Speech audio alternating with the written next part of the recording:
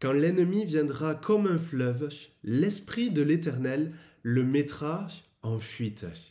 Amen. Voilà la parole de Dieu pour chacun d'entre nous, nous qui avons donné notre vie, notre cœur à Dieu et qui marchons avec Jésus. Dieu est celui qui veut nous encourager dans notre foi, quelles que soient les circonstances par lesquelles on peut passer. Il y a des situations où l'ennemi peut venir à nous comme un fleuve.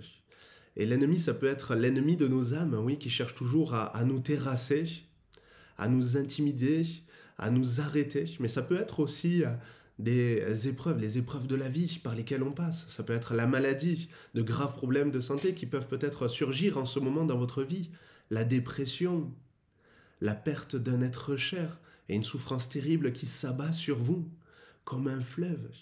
Ça peut être une épreuve à cause de la perte d'un emploi ou une période de crise dans votre famille, avec vos enfants, votre mari, votre épouse.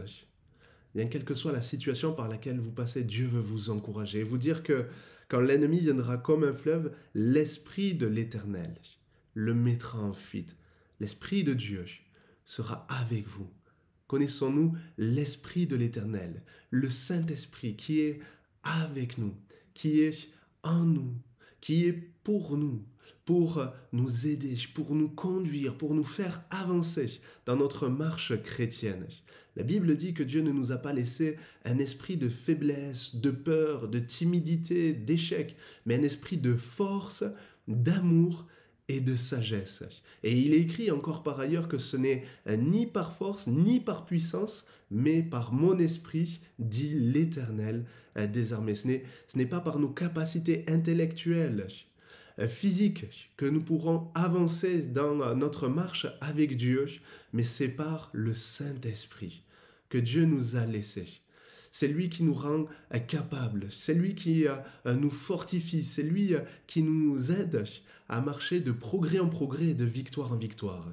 Et j'avais à cœur de nous encourager à laisser le Saint-Esprit régner en nous. Quand on laisse le Saint-Esprit régner en nous, voilà ce qu'il se passe. Dans Ésaïe chapitre 42, il est écrit, verset 1er, « Voici mon serviteur que je soutiendrai. » Et Dieu est celui qui nous soutient encore aujourd'hui. « Voici mon serviteur que je soutiendrai, mon élu en qui mon âme prend plaisir.